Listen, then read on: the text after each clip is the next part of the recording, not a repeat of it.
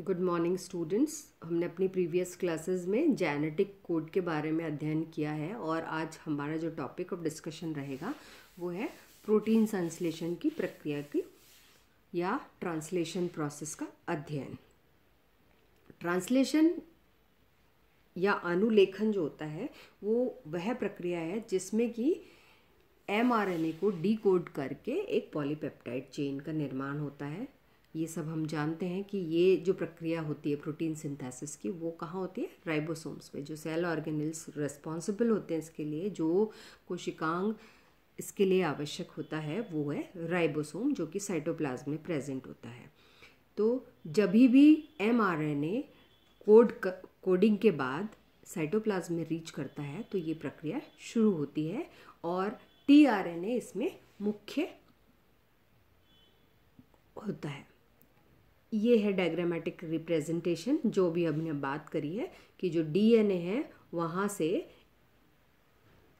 एक mRNA template बनता है जिसपे कि वो सारी सूचनाएं कोडेड हैं जो कि प्रोटीन सिंथेसिस के लिए ज़रूरी होती है। और अब ये mRNA जब भी न्यूक्लियस से बाहर आता है तो राइबोसोम्स की मदद से और tRNA की मदद से ये जो सूचनाएं इस पे हैं mRNA या मैसेंजर RNA, इस मैसेंजर आरएनए से डिकोड होकर प्रोटीन संश्लेषण की प्रक्रिया को संपादित करती है। ट्रांसलेशन की जो प्रक्रिया होती है, अनुलेखन की जो प्रक्रिया या फिर प्रोटीन संश्लेषण की प्रक्रिया, उसमें जो डिफरेंट कंपोनेंट्स होते हैं वो होते हैं अमीनो एसिड्स। हम सबको जैसा कि विदित है कि बेसिक 20 प्रकार के अमीनो एसिड्स मौजूद होते हैं। तो ये सारे के सारे जो अमीनो एसिड्स हैं वो इस प्रक्रिया में काम करते हैं कि किस प्रकार का अमीनो एसिड कब रिक्वायर्ड रहेगा। सेकेंड होता है transferred RNA, tRNA। Cloverleaf model आप इसका अध्ययन कर चुके हैं, इसके क्लोवरलीफ मॉडल का, और उसमें हमको पता है कि दो मुख्य जगह होती है इसमें, एमिनो एसिड अटैचमेंट साइट और उसके विपरीत जो एंड होता है वहाँ पर एंटीकोडोन प्रेजेंट रहता है। थर्ड जो होता है वो होता है एक एंजाइम जो कि एमिनो एसाइल tRNA सिंथेटेज के नाम से जाना जाता है और इसका मुख्य काम होता है ट्रांसफर आरएनए या tRNA पे उपयुक्त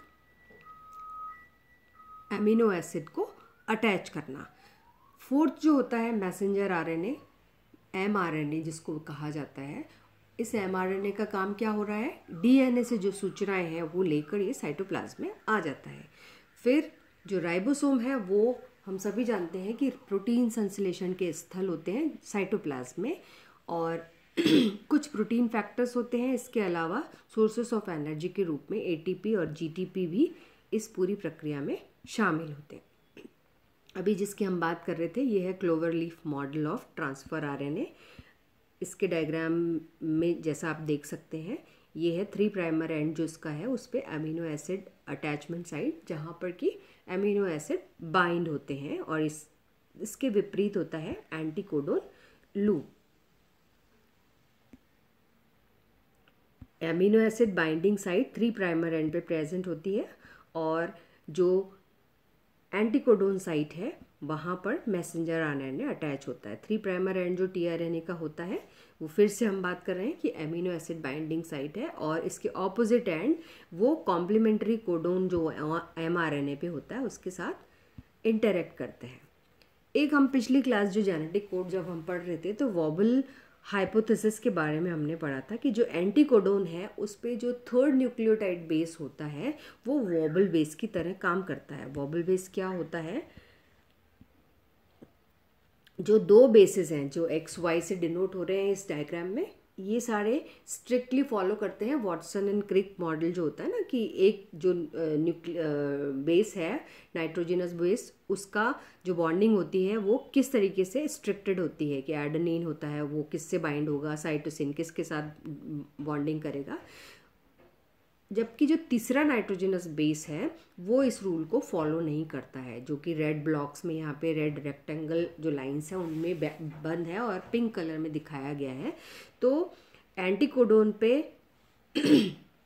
जो बेस है और कोडोन पे जो बेस है 3 प्राइमर एंड और 5 प्राइमर एंड पे वो किस तरीके से अटैच होंगे ये इस डायग्राम में दिखाने। दो अगर कोडोन्स को रिकॉग्नाइज करता है एंटीकोडोन पे ये जो वॉबल बेस होता है तो वो कौन से होंगे, और 3 कोडोन्स को रिकॉग्नाइज करता है तो वो कौन से होंगे। ये एक टेबल फॉर्म में वापस से वही चीज़ दिखाई गई है कि जो 5 प्राइमर एंटीकोडोन बेस है, अगर वहाँ पर C प्रेजेंट है तो वो 3 प्राइमर बेस पे G को रिकॉग्नाइज करेगा, अगर A है तो U को रिकॉग्नाइज करेगा। अगर ये 5 प्राइमर एंटीकोडोन बेस 2 कोडोन्स को रिकॉग्नाइज करता है तो वो कौन से होंगे, अगर U यहाँ पर है तो 3 कोडोन बेस पर अगर A और G है उसको रिकॉग्नाइज करेगा। इसी तरीके से G है तो U और C को रिकॉग्नाइज करेगा, और अगर 5 प्राइमर एंटीकोडोन बेस पर I मौजूद है तो वो 3 प्राइमर एंड के 3 कोडोन्स को रिकॉग्नाइज करता है, U, C और A को। ये वापस से वही चीज़ को एक अलग तरीके से रिप्रेजेंट किया गया है कि अगर बेसिस जो है फर्स्ट में या वॉबल पोजीशन पे एंटीकोडोन पे C है, A है, G है, U है या I है, और उसी के कॉरस्पॉन्डिंग जो tRNA है वो कौन से थर्ड पोजीशन पे जो बेस है उस पे कौन से को रिकॉग्नाइज करेगा, उसका टेबुलर फॉर्म है। एक और कंपोनेंट जो हम बात कर चुके हैं वो है राइबोसोम्स। राइबोसोम्स के डिटेल स्ट्रक्चर के बारे में अपनी पुरानी क्लासेस में बात कर चुके हैं, फिर भी एक ब्रीफिंग जो है उसके बारे में हम कि एक ब्रीफ स्टडी किस तरीके से आप राइबोसोम्स को रिकॉल कर लेते हैं। राइबोसोम का स्ट्रक्चर कि राइबोसोम्स मैक्रोमोलिक्यूलर कॉम्प्लेक्स होते हैं जो कि प्रोटीन सिंथेसिस को डायरेक्ट करते हैं। ये प्रोटीन सिंथेसिस की साइट्स है। हर राइबोसोम में 2 राइबोसोमल सब यूनिट्स होती हैं, लार्जर और स्मॉलर। प्रोकैरियोट्स और यूकैरियोट्स दोनों के लिए ये चीज़ अप्लाई होती है। लार्जर जो राइबोसोमल यूनिट होती है उस पर A, P और E 3 ये मुख्य साइट्स होती है जो कि ट्रांसलेशन की प्रक्रिया में रिकॉग्नाइज कर सकते हैं, हम पहचान सकते हैं, या इम्पॉर्टेंट यूनिट्स के रूप में इनको देखा जाता है। स्मॉल राइबोसोम यूनिट्स जो होती है वो mRNA बाइंडिंग साइट का काम करती है। ये कंपैरेटिव स्टेटमेंट और कंपैरेटिव डायग्रामेटिक रिप्रेजेंटेशन है प्रोकैरियोटिक और यूकैरियोटिक राइबोसोम में क्या अंतर होती है। प्रोकैरियोटिक राइबोसोम 70S राइबोसोम भी कहा जाता है, यूकैरियोटिक को 80S राइबोसोम्स कहते हैं। इसकी ये जो स्मॉलर और लार्जर सब यूनिट्स हैं वो 30 और 50S रिस्पेक्टिवली होती है। उनमें कौन कौन 5S RNA 23S RNA होता है लार्जर यूनिट में, और 16S RNA 30S यूनिट या स्मॉलर यूनिट में। इसी तरीके से जो यूकैरियोटिक राइबोसोम्स हैं उसमें 60 और 40 ये दोनों सब यूनिट्स होती है। 60 जो लार्जर सब यूनिट है उसमें 5S RNA 20S RNA और 5.8S RNA मौजूद रहता है, और स्मॉलर यूनिट जो 40S सब यूनिट कही जाती है उसमें 80S RNA मौजूद रहता है। तो ये स्ट्रक्चर हम पहले बात कर चुके हैं। फिर से अपन उसी बात पे आए कि जो ट्रांसलेशन की प्रक्रिया है उसमें बेसिक कौन कौन से कंपोनेंट्स होते हैं जो कि इस पूरी प्रक्रिया को संपादित करने के लिए अति आवश्यक है। पहला है mRNA जिसको कि ट्रांसलेट किया जाना है, यानी वो जो सूचनाएं हैं उनको प्रोटीन mRNA पे जो भी सूचनाएं हैं उनको प्रोटीन या पॉलीपेप्टाइड चेन के रूप में परिवर्तित करना। सेकेंड tRNA या ट्रांसफर RNA, राइबोसोम एनर्जी के लिए ATP, GTP और एंजाइम्स और कुछ स्पेसिफिक फैक्टर्स। जब ट्रांसलेशन की प्रक्रिया होती है तो ये मेन जो स्टेजेस हैं वो फॉलो करती हैं activation of amino acid, initiation, elongation और टर्मिनेशन। यहाँ पर ये एक टेबल देखने हैं जिसमें कि जो भी प्रोटीन सिंथेसिस की स्टेप्स होती है ई कोलाई में उनमें कौन कौन से इसेंशियल कंपोनेंट्स की ज़रूरत होती है। फर्स्ट जो एक्टिवेशन अमीनो एसिड का है उसमें अमीनो एसिड चाहिए, अमीनो एसाइल tRNA सिंथेटेज नामक एंजाइम चाहिए, इसी तरीके से tRNA चाहिए, 32 या इससे भी अधिक tRNA उसमें प्रेजेंट होते हैं। ATP, मैग्नीशियम आयंस की भी presence activation of amino acid के लिए ज़रूरी होती है।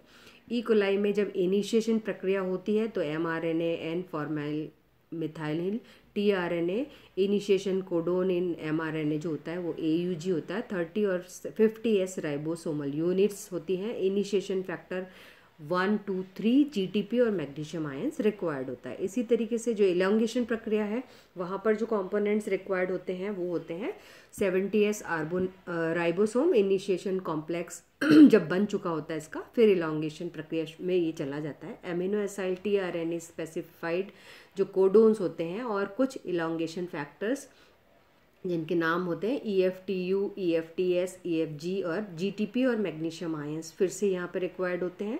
टर्मिनेशन और रिलीज जो होता है, टर्मिनेशन कोडोन mRNA पे मौजूद रहता है वो, और रिलीज फैक्टर 1, 2 एंड 3। फिर जो लास्ट प्रक्रिया होती है वो होती है फोल्डिंग और पोस्ट ट्रांसलेशनल प्रोसेसिंग। इसमें जो रिक्वायरमेंट होती हैं वो कुछ विशिष्ट प्रकार के एंजाइम हैं जो कि टर्मिनेशन के बाद की प्रक्रिया को संपादित करके इस क्रिया को पूर्ण कर देते हैं।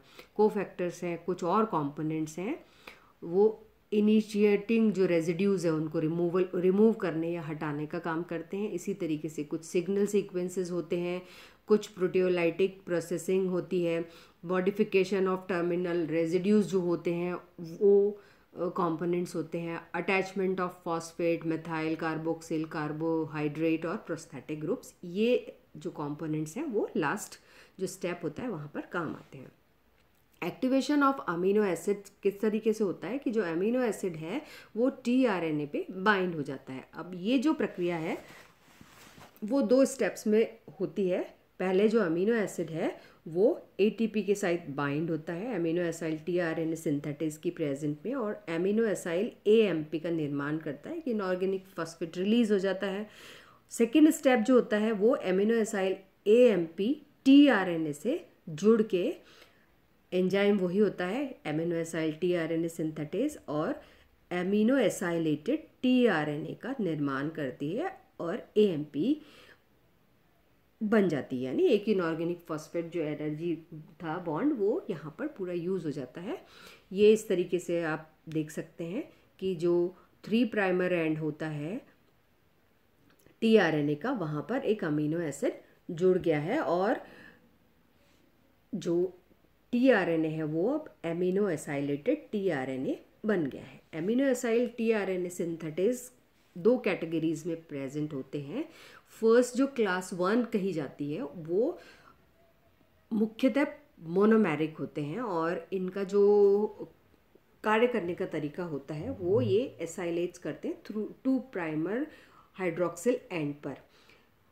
कुछ जो प्रोटीन्स के नेम हैं वो नीचे लिखे हुए हैं, अमीनो एसिड्स जो कि क्लास 1 के द्वारा रिकग्नाइज होते हैं। क्लास 2 जो होती है वो मुख्यतः डायमेरिक होती है और इसका जो एसाइलेशन पॉइंट होता है वो होता है 3 प्राइमर हाइड्रोक्सिल एंड।